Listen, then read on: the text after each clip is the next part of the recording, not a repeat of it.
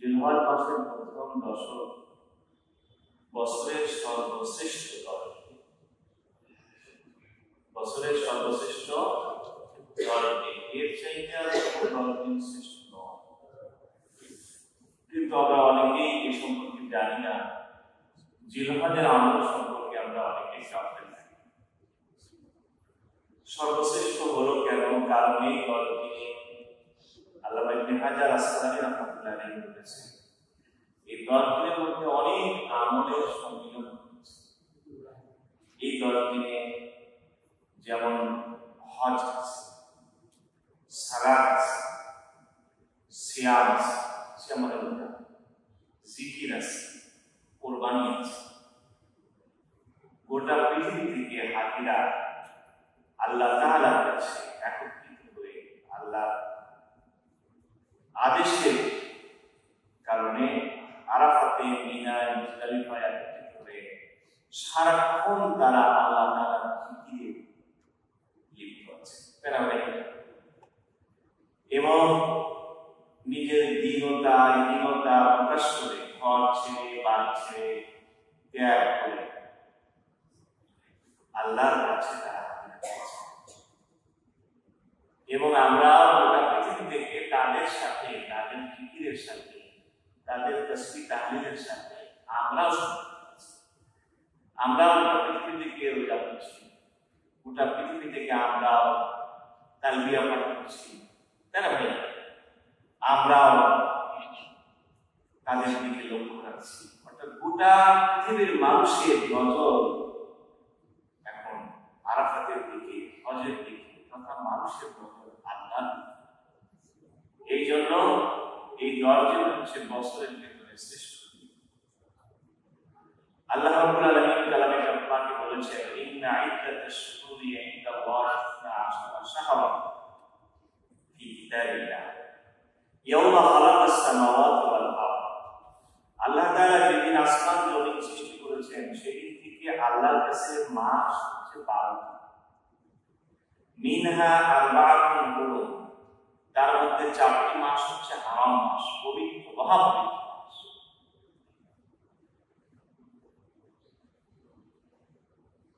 চারটি মাস কি মহা পবিত্র। আল্লাহ তাআলা বলেন, যালিকা দীনুল কাইয়িম, এটাই হচ্ছে প্রতিষ্ঠিত দ্বীন, এটাই প্রতিষ্ঠিত শরিয়াত।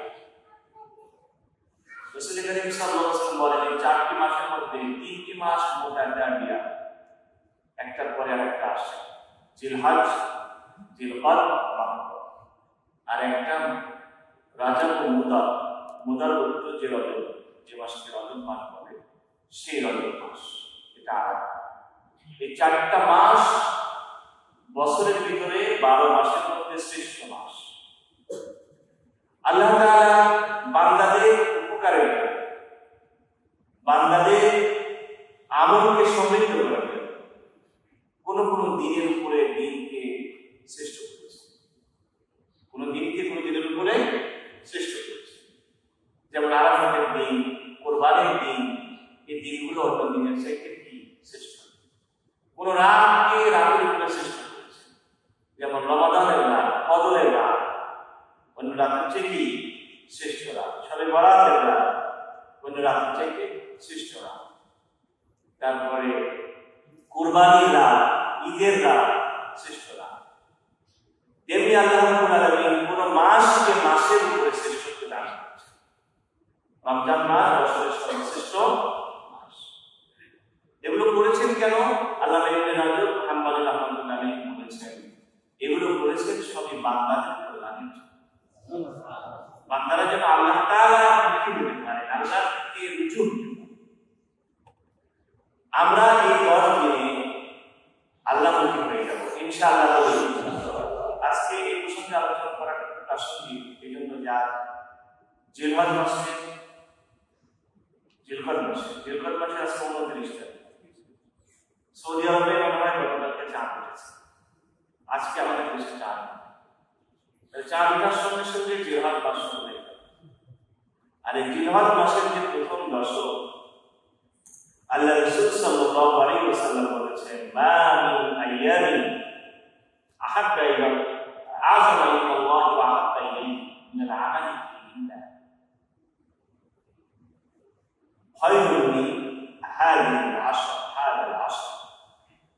রাসূল করিম সাল্লাল্লাহু আলাইহি ওয়াসাল্লাম বলেন, আল্লাহর কাছে এমন কোন 10 দিনের আমল নাই যেই 10 দিনের আমল জিলহজের 10 দিনের আমলের চেয়ে শ্রেষ্ঠ, জিলহজের 10 দিনের আমলের চাইতে প্রিয়, জিলহজের 10 দিনের আমলের চাইতে মহান এমন কোন 10 দিন নাই।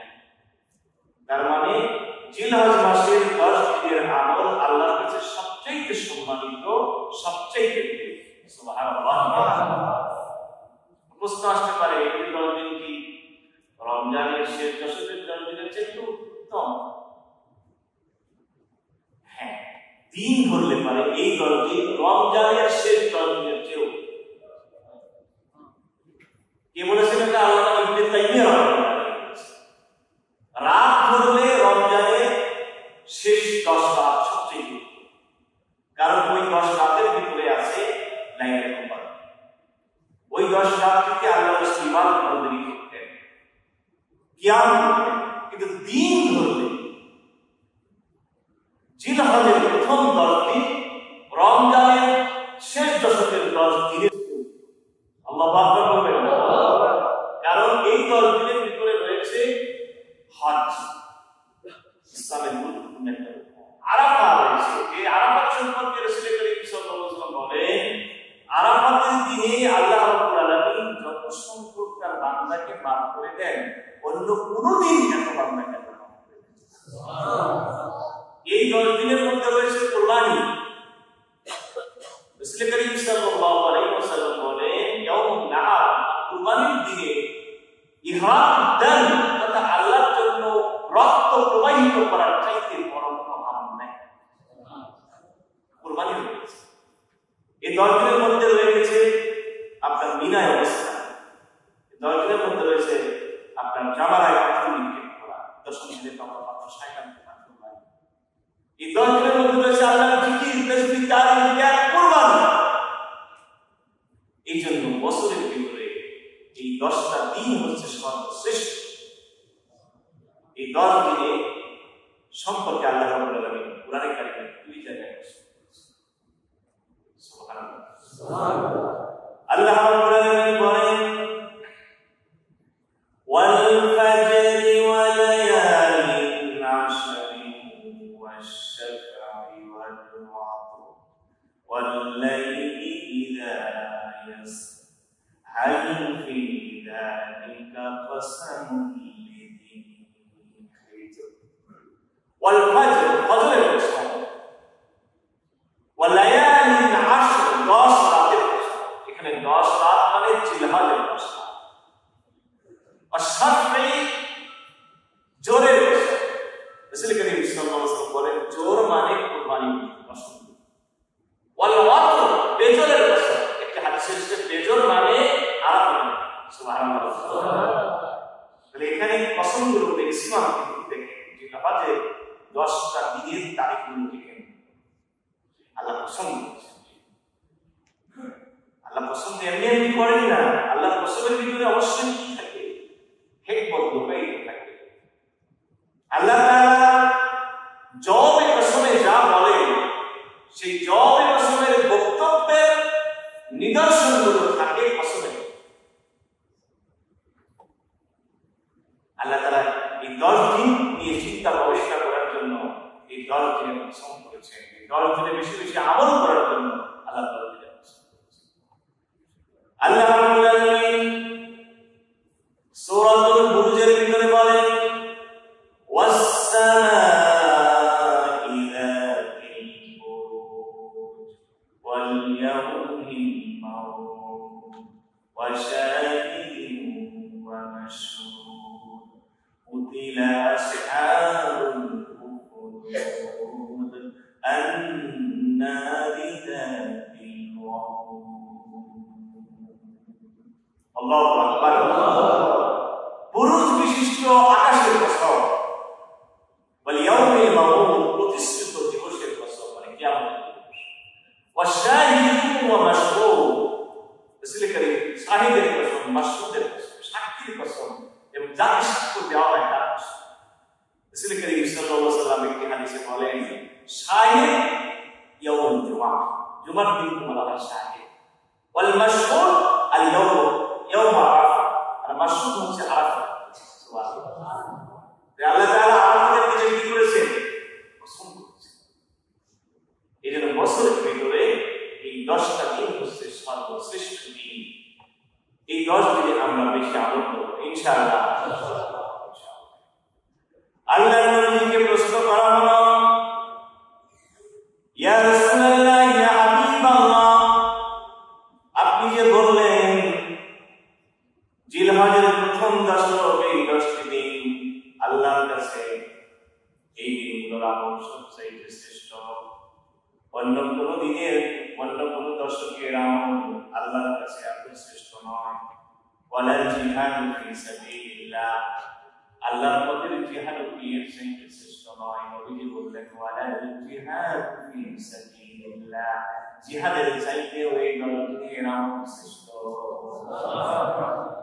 ইল্লা রাজুলুন খারাজা ইখাতিলু বিনাফসিহি ওয়া মালিহি ফালাম ইয়ারজি বিশাইইন, তবে ওই লোকটির কথা কি আলাদা যে ব্যক্তি তার মাল নিয়ে জীবন নিয়ে আল্লাহর রাস্তায় বের হলো কিন্তু কিছুই নিয়ে ফিরে আসলো না, মানে শহীদ হয়ে গেল। আল্লাহর রাস্তায় শহীদ হয়েছে তাদের একটা, কারণ শহীদের রক্তের ফোঁটা জমিনে পড়ার আগেই তো আল্লাহ তার জীবনের সমস্ত গুনাহটা মাফ করে। শহীদ তো বিনা হিসাবে যাবে, শহীদের ব্যাপারটা কেউ যদি আল্লাহর রাস্তায় বের হয় মাল নিয়ে জান নিয়ে ফিরে না আসে তার ব্যাপারটা আলাদা। তাছাড়া জিহাদের চাইতেও এই 10 দিনের আমল শ্রেষ্ঠ। সুবহানাল্লাহ। আপনি বুঝতে আসতে পারে তাহলে এই 10 দিনে আমরা কি আমল করব? এই 10 দিনে প্রথমত দিনের বেলা রাতের বেলা যখন সুযোগ পাই আমরা বেশি বেশি সালাত, নফল সালাত, কারণ আল্লাহ নবী বলেছেন, সাহাবীদের হযরত সাওবান রাদিয়াল্লাহু তাআলা থেকে বর্ণিত, তিনি বলেন রাসূল করিম সাল্লাল্লাহু আলাইহি ওয়াসাল্লাম বললেন যে সাওবান, তুমি বেশি বেশি করে আলাইকা বিকাসরাতিস সুজুদ, তোমার বেশি বেশি সিজদা করা উচিত। কারণ তুমি এমন কোন সিজদা দাও না যে সিজদার মাধ্যমে তোমার গুনাহ মাফ হয় না, তোমার মর্যাদা বাড়ে না, এমন কোন সিজদাই তুমি দাও না। তার মানে তুমি যতগুলো সিজদা দাও প্রত্যেকটা সিজদার কারণে তোমার গুনাহ মাফ হয়ে যায়, আল্লাহর কাছে তোমার মর্যাদা বেড়ে যায়। সুবহানাল্লাহ। বেশি বেশি সিজদা করবা ইনশাআল্লাহ, বেশি বেশি সিজদা করব, তাহাজ্জুদে সিজদা করব, তাহাজ্জুদে কাটাকাটি করব, আমরা ইশরাক করব, আমরা সাজদা করব। তাহাজ্জুদের ব্যাপারে রব্বুল আলামিন বলেছেন, ওয়া মিনাল লাইলি ফাতাহাজ্জাদ বিহি নাফিলাতান লাক, নবী আপনি রাতের কিছু অংশ জাগরণ করেন, তাহাজ্জুদ করেন, বিছানা ত্যাগ করেন, নাফিলাতান লাক, এটা আপনার জন্য হয়তো নফল, আপনার জন্য নফল, কিন্তু আসা আইয়া বাআসাকা রাব্বুকা মাকামান মাহমুদা, এর বিনিময়ে আল্লাহ রাব্বুল আলামিন আপনাকে মাকামে মাহমুদা। সুবহানাল্লাহ। আল্লাহ রাব্বুল আলামিন আরো বলেন, أَمَّنْ هُوَ قَانِتٌ آنَاءَ اللَّيْلِ سَاجِدًا وَقَائِمًا يَحْذَرُ الْآخِرَةَ وَيَرْجُو رَحْمَةَ رَبِّهِ قُلْ هَلْ يَسْتَوِي الَّذِينَ يَعْلَمُونَ وَالَّذِينَ لَا يَعْلَمُونَ إِنَّمَا يَتَذَكَّرُ أُولُو الْأَلْبَابِ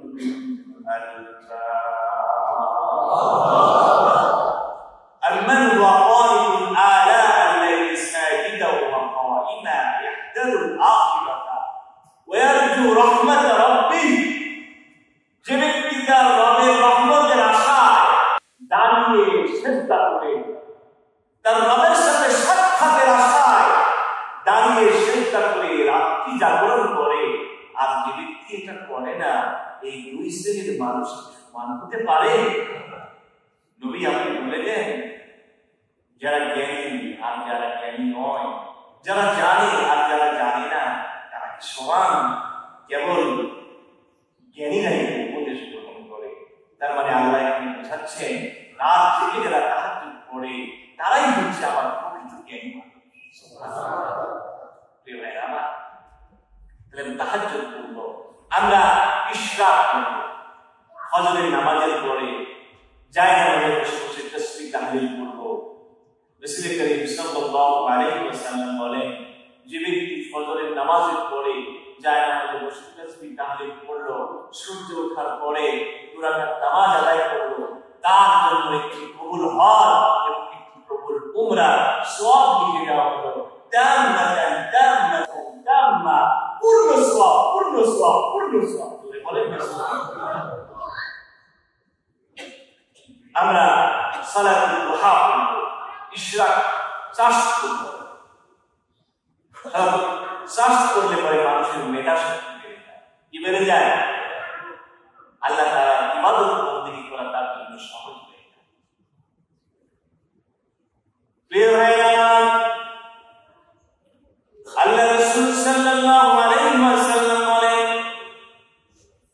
জিলহজের প্রথম 10 দিনে যদি কোনো ব্যক্তি রোজা করে তার জন্য 10 গুণ সওয়াব বেশি লিখে দেওয়া হয়।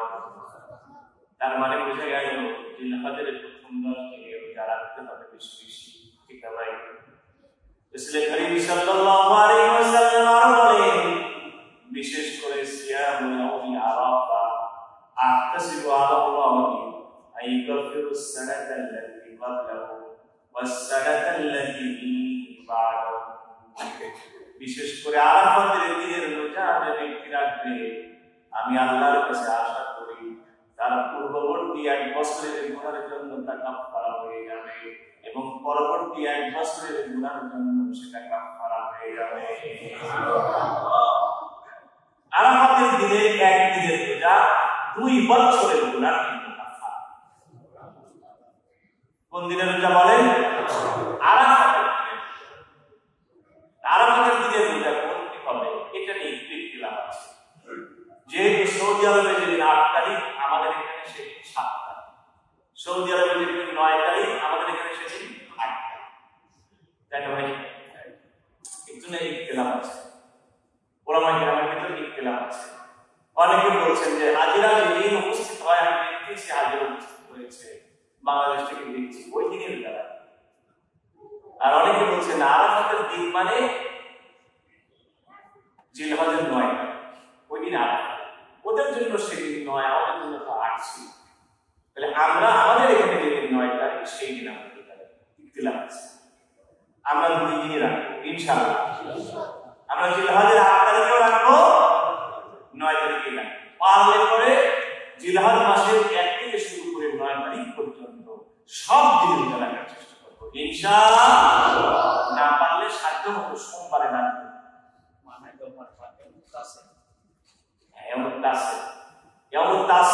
এটার উপরে আমাদের ওলামায়ে কেরাম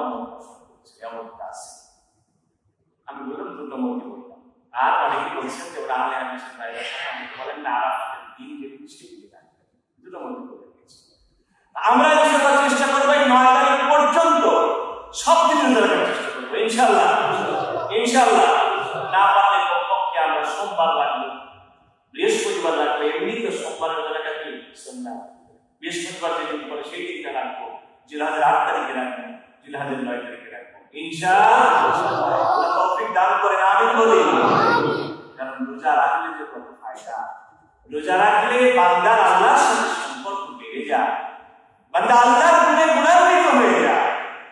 আল্লাহ তো খান না, আল্লাহ স্ত্রীর সাথে মেলামেশা করার প্রশ্নই আসে না। আল্লাহর তো স্ত্রী পুত্র কিছুই নাই। বান্দা যখন রোজা রাখে, বান্দা খায় না, বান্দা আল্লাহর স্ত্রীর সাথে মিলে না, তার মানে বান্দা আল্লাহর গুণে গুণান্বিত হয়ে যায়। আল্লাহ কোরআনে কারীম নাযিল করেছেন, আলিফ লাম মিম যালিকাল কিতাব লা রাইবা ফি হুদাল লিল মুত্তাকিন। আল্লাহ বলেছেন এই কিতাব মুত্তাকিদের জন্য। আর তাকওয়া অর্জন করা যাবে ইয়া আইয়ুহাল্লাযীনা আমানু কুতিবা আলাইকুমুস সিয়াম কামা কুতিবা আলাল লাযীনা মিন ক্বাবলিকুম লাআল্লাকুম তাত্তাকুন। রমজানের রোজা রাখা যেমন রোজা ফরজ করা হয়েছিল তোমাদের পূর্ববর্তীদের জন্য, তেমনি ফরজ করা হয়েছে তোমাদের জন্য, যাতে করে তোমরা তাকওয়াবান বান্দা হও। তার মানে কি দাঁড়ালো? রোজা রাখলে তাকওয়াবান হওয়া যায়, আর তাকওয়াবান হলে পরে কোরআন,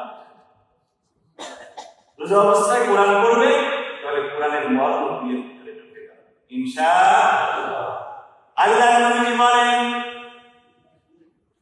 মা মিন আবদিন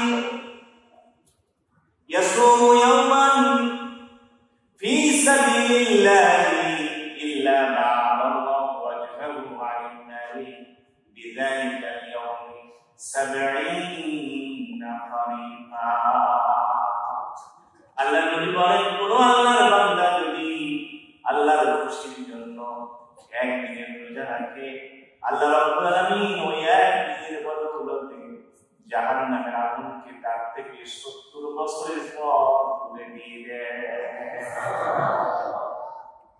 একদিনের রোজা রাখতে পারে, একদিনের রোজা যদি কেউ আল্লাহর সন্তুষ্টির জন্য রাখে, জাহান্নাম ওই ব্যক্তির চেহারা থেকে 70 বছরের পর তুলে চলে যায়।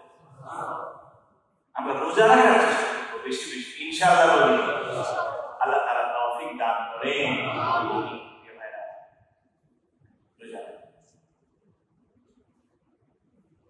আল্লাহ নবী যারা বলছেন,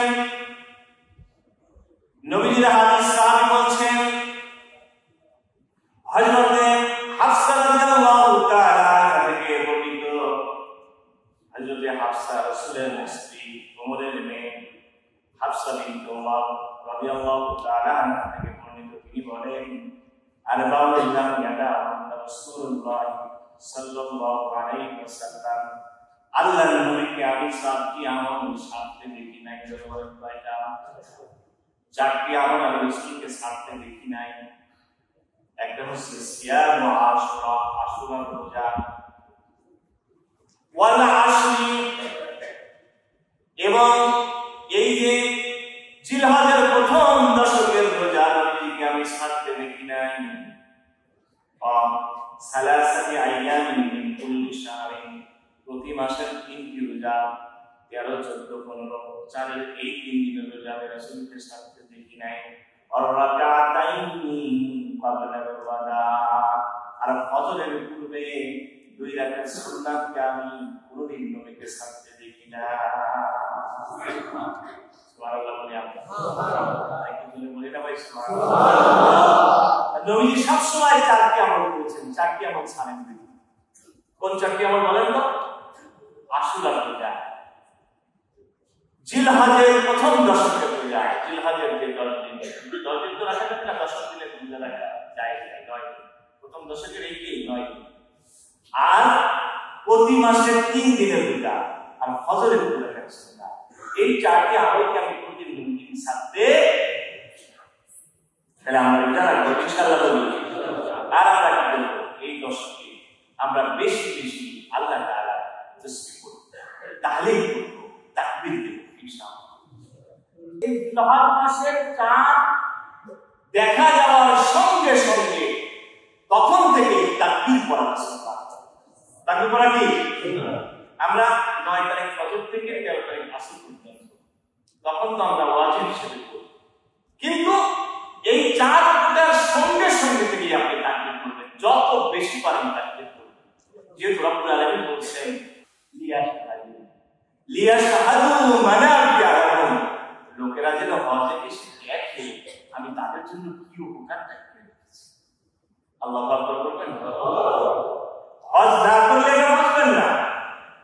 রাসূল করিম সাল্লাল্লাহু আলাইহি ওয়াসাল্লাম বলেন, মান হাজ্জা ওয়ালাম ইয়ারকুস ওয়ালাম ইয়াফসুক রাজা ইয়াউমি ওয়ালাদাতহু উম্মুহু, যে ব্যক্তি হজ করলো, হজের মধ্যে কোনো অশ্লীলতা করলো না, অপচার করলো না, সে ব্যক্তি হজ করে যখন ফিরে যাবে, ওই দিনের মতো অবস্থায় ফিরে যাবে যেদিন তার মা তাকে জন্ম দিয়েছিল। মা তাকে জন্ম দিয়েছিল সেদিন যেমন গোনা ছিল না, হজ করার পরে বান্দার আর কোনো গোনা থাকে না।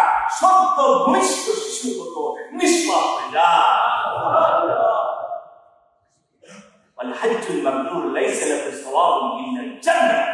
রাসূল বলেন কবুল হজের সওয়াব কেবল মাত্র জান্নাত।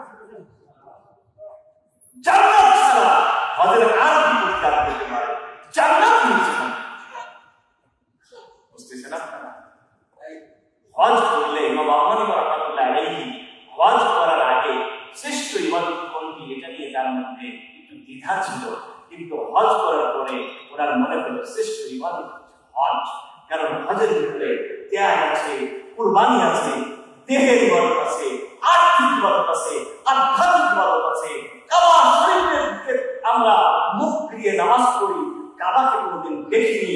হজে গেলে কাবাকে দেখতে পারি, হজে গেলে হাজরে আসওয়াদকে চুম্বন করতে পারি। সেই হাজরে আসওয়াদ ছিল জান্নাতি একটা পাথর, যেই পাথরটা ছিল সাদা, বান্দাদের গুনাহগুলো চুষে নেওয়ার কারণে সেই পাথরটা কালো হয়ে গেছে। হজে গেলে আমরা তাওয়াফ করতে পারি, হজে গেলে আমরা সাফা মারওয়া পাহাড় দৌড়াতে পারি, হজে গেলে আমরা আরাফাতের ময়দানে অবস্থান করতে পারি। যেই আরাফাতের ময়দানের পাশে আল্লাহ রাব্বুল আলামিন আদম আলাইহিস সালামের মেরুদণ্ড থেকে তার সমস্ত সন্তান এর রূহগুলোকে বের করে ওয়াদা দিয়েছিলেন, আলাস্তু বিরাব্বিকুম, আমি কি তোমাদের রব নই?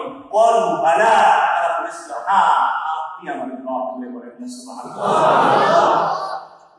এই আরাফাতের ময়দানে দেখা হয়েছিল হযরতে আদম এবং হাওয়া।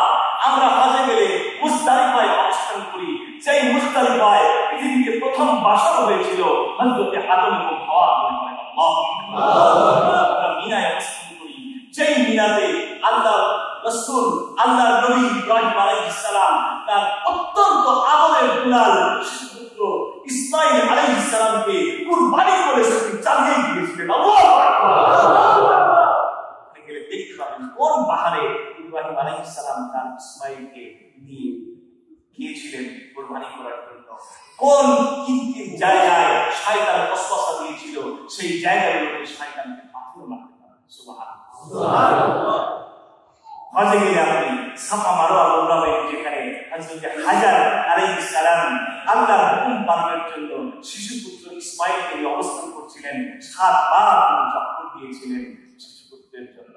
ওই স্মৃতি আপনার মনে পড়বে। হজে গেলে আপনি মসজিদে খায়েবে যাবেন, যে মসজিদে খায়েবে রাসূল করিম সাল্লাল্লাহু আলাইহি ওয়াসাল্লাম বলেন 40,000 পয়গম্বর এই মসজিদে খায়েবে নামাজ পড়ছে। সুবহানাল্লাহ। ওই ঘুরতে গেলে পরে আপনি জানবেন এখানে পদজমি করেছে হযরত ইব্রাহিমের, ইসমাঈলের, আইয়ুবের, মূসার, ঈসার, হযরত সুলাইমানের সমস্ত আম্বিয়া আলাইহিস সালাম এই ভূমিতে এই মাটিতে জন্ম নিয়েছে। আল্লাহু আকবার। আমাদের বাংলাদেশের মানুষেরা আমরা মদিনা নিয়ে বেশি আনন্দিত হই। মদিনায় আপনি যাবেন হজে গেলে, তাই না? কিন্তু মদিনা হচ্ছে হারামের হারামে 1 রাকাত নামাজ পড়লে 1 লক্ষ রাকাত নামাজের সওয়াব। সুবহানাল্লাহ। আর মসজিদ নববীতে গেলে সহিহ হাদিস অনুযায়ী 1 রাকাত পড়লে 1000 সওয়াব। অন্য ওই হাদিসে 50,000 রাকাত। তো হারামের বেশি, কারণ হারামের মধ্যে রয়েছে আল্লাহ। ইন্না আউওয়ালা বাইতিন উদিয়া লিন-নাস লাল্লাযী বিবাক্কাতা মুবারাকান ওয়া হুদান লিল-আলামিন। এইখানে রয়েছে আল্লাহর প্রথম ঘর কাবা শরীফ, যেটা মানুষের জন্য হিদায়াতের ঘর। সুবহানাল্লাহ। বরকতময় ঘর, বরকত দিয়ে ভরা, জমজম বরকত, কাবা শরীফ বরকত। সুবহানাল্লাহ। হারাম শরীফ বরকত। আল্লাহু আকবার। বরকত দিয়ে ভরা। এখানে রয়েছে মসজিদে খায়ের, এখানে রয়েছে সেই মিনা, এখানে রয়েছে মুজদালিফা, এখানে রয়েছে আরাফা। ভাইরা, আমি যেটা বলতেছিলাম, আমরা এই দিনগুলোতে বেশি বেশি আল্লাহর জিকির করব। কার জিকির করব? আল্লাহর জিকির করব। আল্লাহ রাব্বুল আলামিন বলেন লিয়াশহাদু মানাফিআ লাহুম, লোকেরা হজে এসে দেখুক না আমি হজের মধ্যে উপকার রেখেছি, তুমি না আসলে টের পাবে। সুবহানাল্লাহ বলবেন না? কিন্তু আমাদের দেশের মানুষ অনেক থাইল্যান্ডে যাচ্ছে পিকনিক করতে, তাই না? মালয়েশিয়া যাচ্ছে ভ্রমণ করতে, আমেরিকায় যাচ্ছে, কত দেশে যাচ্ছে। কপাল পোড়া, এখন পর্যন্ত আল্লাহর ঘরে যাওয়ার মতো সামর্থ্য হলো না। আল্লাহ বলেন লিয়াশহাদু মানাফিআ লাহুম, তারা এসে দেখুক আমি কি উপকার রেখেছি। ويذكر اسم الله في أيام معلومات على ما رزقهم من بهيمة الأنعام আর যেন তারা বেশি বেশি আল্লাহ তাআলার জিকির করে, কারণ আমি তাদের জন্য চতুষ্পদ জন্তু থেকে কুরবানির মাধ্যমে রিজিকের ব্যবস্থা করি। আল্লাহ রাব্বুল আলামিন বলছেন যে ফাইদা কাদাইতুম মানাসিকাকুম, যখন তোমরা তোমাদের মানাসিকগুলো হজের কাজগুলো শেষ হয়ে যাবে, হজের কাজগুলো কি হয়ে যাবে? পূর্ণ করবা। কি হাযকুরুল্লাহ কাযিকরিকুম আবাআকুম, তখন আল্লাহকে তোমরা স্মরণ করো যেমন ভাবে স্মরণ করেছে তোমাদের বাপ-দাদা। আগে তারা মুজদালিফা গিয়ে বাপ-দাদার কীর্তি গাথা তারা বলতো। আল্লাহ বলেন আও আশাদ্দা যিকরা, অথবা তার চেয়ে বেশি বাপ-দাদাকে যেমন করে স্মরণ করো এবং স্মরণ করতে এই মুজদালিফায়, তার চাইতে এই হজের দিনগুলোতে বেশি বেশি করে তোমার রবকে স্মরণ করো। তুমি বলবে আল্লাহু আকবার, আল্লাহু আকবার, লা ইলাহা ইল্লাল্লাহ, আল্লাহু আকবার, আল্লাহু আকবার, ওয়া লিল্লাহিল হামদ, আল্লাহু আকবার, আলহামদুলিল্লাহ। এখন ইন্টারনেটের মাধ্যমে দৃশ্যগুলো আমরা দেখতে পাই, আর যারা আমরা হজে গিয়েছি দৃশ্য দেখলে আমাদের হৃদয়টাকে ধরে রাখা বড় কঠিন হয়ে যায়। সমস্ত হাজিরা সবাই চলছে, ওই যে আরাফাত থেকে মুজদালিফা হয়ে সবাই মিনার দিতে যাচ্ছে। দৃশ্য যখন দেখি মনে পড়ে সেই স্মৃতির কথা, যে দিনগুলোতে আমার রবকে কত স্মরণ করেছি, কত বেশি তালবিয়া পড়েছি, একটা মুহূর্তের জন্য তালবিয়া বন্ধ করে যায়। আল্লাহু আকবার, এই তো হজ। ভাইরা আমার, আল্লাহ রাসূল বলেন জিলহজের এই প্রথম দশক শ্রেষ্ঠতম দশক, ফাআকসিরু ফিহা তাহলিল ওয়া তাকবীর ওয়া তাহমিদ। এইজন্য এই দশকে তোমরা বেশি বেশি করে তাহলিল করো, মানে লা ইলাহা ইল্লাল্লাহ। তোমরা তাকবীর বলো, আল্লাহু আকবার বলো, তাহমিদ বলো, আলহামদুলিল্লাহ বলো। রাসূল করিম সাল্লাল্লাহু আলাইহি ওয়াসাল্লাম বলেন যে খায়রুদ দুআ ওয়া আরাফা, সর্বশ্রেষ্ঠ দোয়া আরাফাতের দোয়া, ওয়া খায়রু মা আকুলু ওয়াল নাবিয়ুনা মিন ক্বাবলি, আর শ্রেষ্ঠতম দোয়া যা আমি বলেছি এবং আমার পূর্বে সমস্ত নবীগণ বলেছেন, সেটা হচ্ছে লা ইলাহা ইল্লাল্লাহু ওয়াহদাহু লা শারীকা লাহু লাহুল মুলকু ওয়া হুয়াল হামদু ওয়া লাহুল হামদু ওয়া হুয়া আলা কুল্লি শাইইন। মুখস্থ আছে আপনার? আমার সাথে বলেন লা ইলাহা ইল্লাল্লাহু ওয়াহদাহু লা শারীকা লাহু লাহুল মুলকু ওয়া লাহুল হামদু ওয়া হুয়া আলা কুল্লি শাইইন কাদির। একটু আবিষ্কার করতে ইনশাআল্লাহ বলি, ইনশাআল্লাহ। আল্লাহ তৌফিক দান, আমিন। আর আমরা তওবা, এই দশকে আমরা কি করব বলেন? তওবা করে আল্লাহর কাছে ফিরে আসব ইনশাআল্লাহ। তওবা করো, ইন্নাল্লাহা ইউহিব্বুত তাওয়াবিন। আল্লাহ তওবাকারীদেরকে বড়ই কি করেন? আত-তাইবু মিনাল যামবি কামান লা যামবা লাহু, যে ব্যক্তি তওবা করে আল্লাহর কাছে ফিরে আসে সে এমন হয়ে যায় সে যেন কোনো গুনাহ করে। আমরা সবাই গুনাহ করেছি, কই নাই? রাসূল বলেন কুল্লু বানি আদম খাত্তাউন ওয়া খায়রুল খাত্তাইন আত-তাওয়াবুন, এমন কোন আদম সন্তান নাই ভুল করে নাই, সব আদমের বেটারাই ভুল করেছে। কারণ আদম ভুল করেছিল, আদমের সন্তানেরা ভুল করবে, এটাই স্বাভাবিক। ওয়া খায়রুল খাত্তাইন, তবে ভুলকারীদের মধ্যে শ্রেষ্ঠ আত-তাওয়াবুন, যারা আল্লাহর দিকে ফিরে আসে। তওবা মানে হচ্ছে আপনি আল্লাহর কাছে ফিরে আসবেন, আল্লাহর বিধান মানার জন্য প্রতিশ্রুতি দেবেন, ভবিষ্যতে আল্লাহর বিধানের পাবন্দ হবেন, এই মর্মে প্রতিশ্রুতি দেবেন, গুনার জন্য অনুতপ্ত হবেন, আর কখনো গুনাহ করবেন না, এই মর্মে দৃঢ় সংকল্প করবেন, আল্লাহকে ওয়াদা করবেন। আল্লাহ রাব্বুল আলামিন বলেন ইল্লা মান তাবা ওয়া আমানা ওয়া আমিলা আমালান সালিহা ফাউলাইকা ইউবাদদিলুল্লাহু সাইয়্যাতিহিম হাসানাত ওয়া কানা আল্লাহু গফুরুর রাহিমা। কেউ যদি খাঁটি দিলে তওবা করে, নেক আমল করে, আল্লাহ রাব্বুল আলামিন তার অতীত জীবনের সমস্ত গুনাহগুলোকে পাল্টায়া সওয়াব দিয়ে দেবেন। সুবহানাল্লাহ। মুমিনের হারাবার কিছু নেই, সুবহানাল্লাহ বলবেন না? মুমিনের হারাবার কিছু, গুনাহ করেছে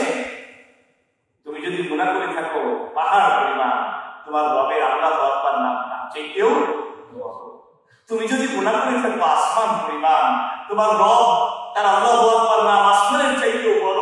তুমি যদি এক দুনিয়া পরিমাণ গুনাহ করে থাকো, তোমার রব এক দুনিয়া পরিমাণ ক্ষমা দিয়ে তোমার দরবারে হাজির। মুমিনের হারানোর কিছু নাই। আমরা সবাই গুনাহ করেছি। আমরা এই দশকে তওবা করে আল্লাহর দিকে ফিরে আসবো ইনশাআল্লাহ বলি। এই দশকের আমলগুলো জানলাম। এই দশকের আরেকটা আমল হচ্ছে চাঁদ ওঠার আগেই নখ কাটবেন, চুল কাটবেন। আজকে দিনের ভিতরে নখ চুল যা আছে দাড়ি ছোট করার দরকার হলে পরে করবেন, আর বাকি দিনগুলোতে করবেন না। রাসূল করিম সাল্লাল্লাহু আলাইহি ওয়াসাল্লাম বলেছেন, তোমাদের কেউ যখন কুরবানি করার ইচ্ছা করে এবং সে যদি চাঁদ দেখতে পায়, তাহলে এই দশকে সে যেন তার চুল না কাটে, নখ না কাটে, সে যেন তার চামড়ার কোনো যেন স্পর্শ অর্থাৎ না করে, অর্থাৎ চুল নখ এগুলো যেন সে না কাটে। তাহলে কি হবে? তাহলে আল্লাহ রাব্বুল আলামিন তার কুরবানিকে কি করবেন? কবুল। এক সাহাবী বলেন, ইয়া রাসূলুল্লাহ, ইয়া হাবিবাল্লাহ, আমার তো কুরবানি দেওয়ার মতো কোনো প্রশ্ন নাই। একটা দুগ্ধবতী ছাগল আছে, একেবারে গরিব মানুষ, তাহলে একটা ছাগল আছে, তবুও সাহাবীরা কেমন ছিলেন দেখেন। যদি আল্লাহ বলে কুরবানি করে দেওয়ার দরকার, তাহলে এটাই কুরবানি করে। সুবহানাল্লাহ বলবেন না? আমার একটা দুগ্ধবতী মাত্র ছাগল আছে, যদি এটা কুরবানি করা লাগে এটাই করে। ইয়া রাসূলুল্লাহ, আমার তো আর কোনো পশু নাই, কিছুই নাই, একটা মাত্র দুগ্ধবতী ছাগল আছে, আমাকে কি এটা কুরবানি করতে হবে?